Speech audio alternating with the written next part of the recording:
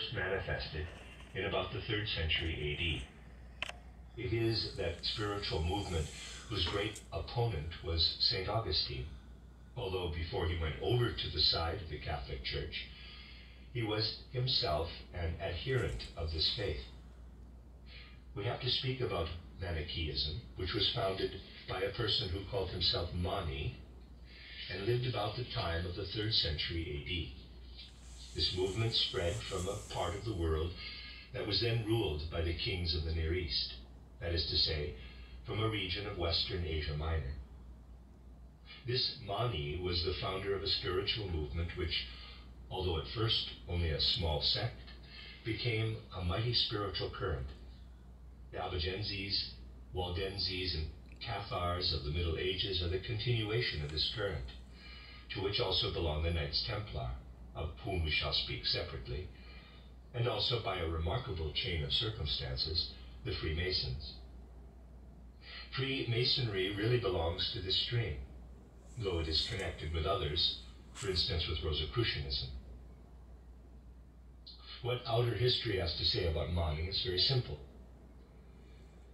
It is said that there once lived a merchant in the Near East who was very learned. He compiled 4 important works, first titled Mysteria, secondly titled Capitola, thirdly titled Evangelium, and lastly titled Thesaurus.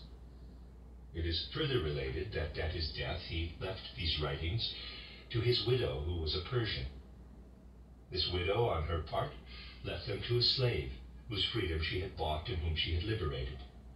That was the said Mani, who then drew his wisdom out of these writings, though he was also initiated into the Mithraic mysteries.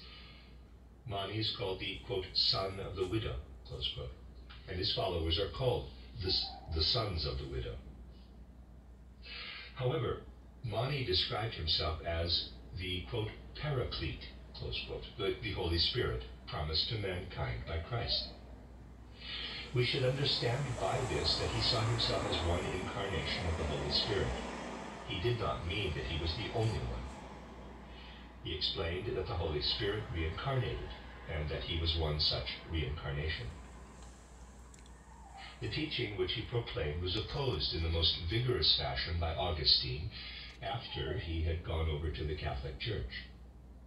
Augustine opposed his Catholic views to the Manichaean teaching, which he saw represented in a personality whom he called Faustus. Faustus is, in Augustine's conception, the opponent of Christianity. Here lies the origin of Goethe's Faust, and of his conception of evil.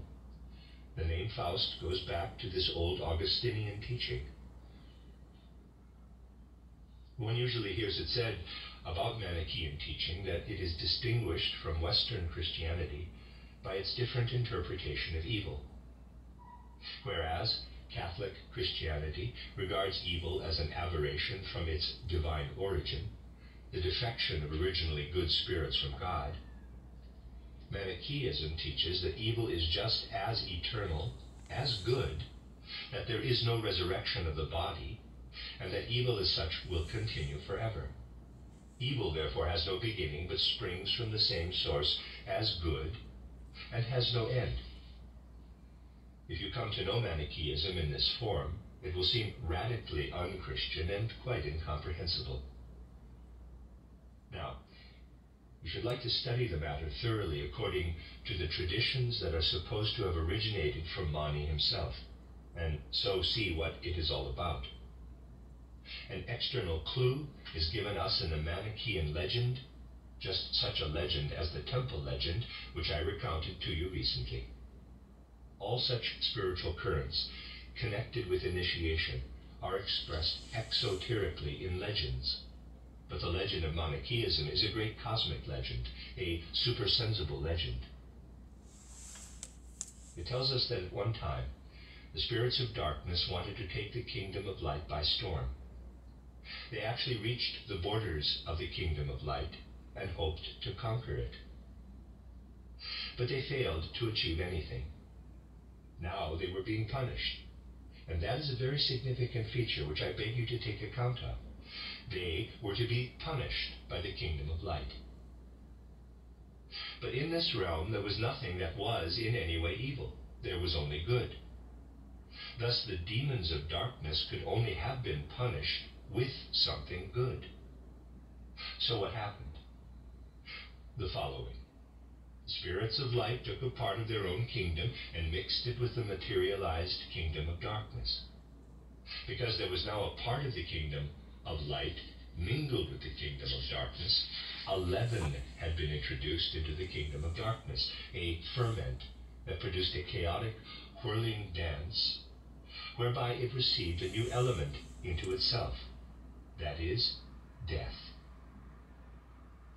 Therefore it continually consumes itself and thus carries within itself the germ of its own destruction. It is further related that just because of this, the race of mankind was brought into existence.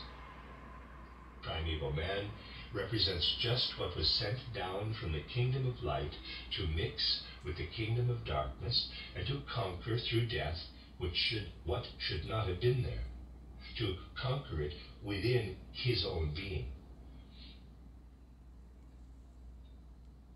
The profound thought which lies in this is that the kingdom of darkness has to be overcome by the kingdom of light, not by means of punishment, but through mildness, not by resisting evil, but by uniting with it in order to redeem evil as such. Because a part of the light enters into evil, the evil itself is overcome. Underlying that is the interpretation of evil, which I have often explained as that of theosophy. What is evil? Nothing but an ill-timed good. To cite an example which has often been quoted by me, let us assume that we have to do with a virtuoso pianist and an excellent piano technician, both perfect in their sphere. First of all, the technician has to build the piano and then hand it over to the pianist. If the latter is a good player, he will use it appropriately, and both are equally good. But should the technician go into the concert hall instead of the pianist and start hammering away, he would then be in the wrong place. Something good would have become something bad. So we see that evil is nothing else than a misplaced good. When what is especially good at one time or another strives to be preserved, to become rigid, and thus curb the progress of further development, then without doubt it becomes evil, because it opposes the good. Let us suppose that the leading powers of the lunar epoch, though perfect in their way and in their activity, were to continue to intermingle with evolution, though they ought to have ceased their activity. Then they would represent something evil in Earth evolution. Thus evil is nothing else than the divine, for at that time what is evil, when it comes at the wrong season, was then an expression of what is perfect, what is divine. We must interpret the Manichaean views in this profound sense, that good and evil are fundamentally the same in their origin and in their ending. If you interpret it in this way, you will understand what Mani really intended to bring about. But, on the other hand, we still have to explain why it was that Mani himself called himself the son of the widow, and why his followers were called the sons of the widow. When we turn back to the most ancient times, before our present root race, the mode in which mankind acquired knowledge was different.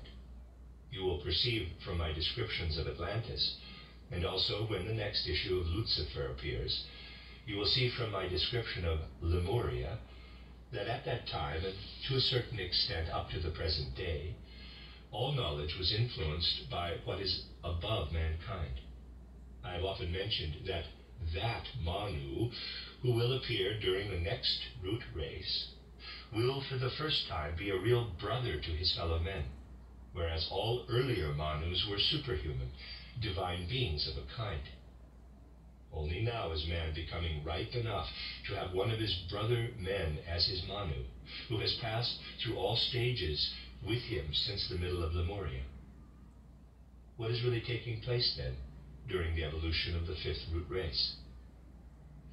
This, that the revelation from above, the guidance of the soul from above, is gradually being withdrawn, so that man is left to go his own way and become his own leader.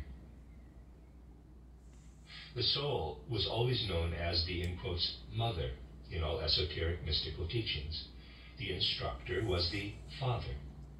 Father and mother, Osiris and Isis, those are the two forces present in the soul.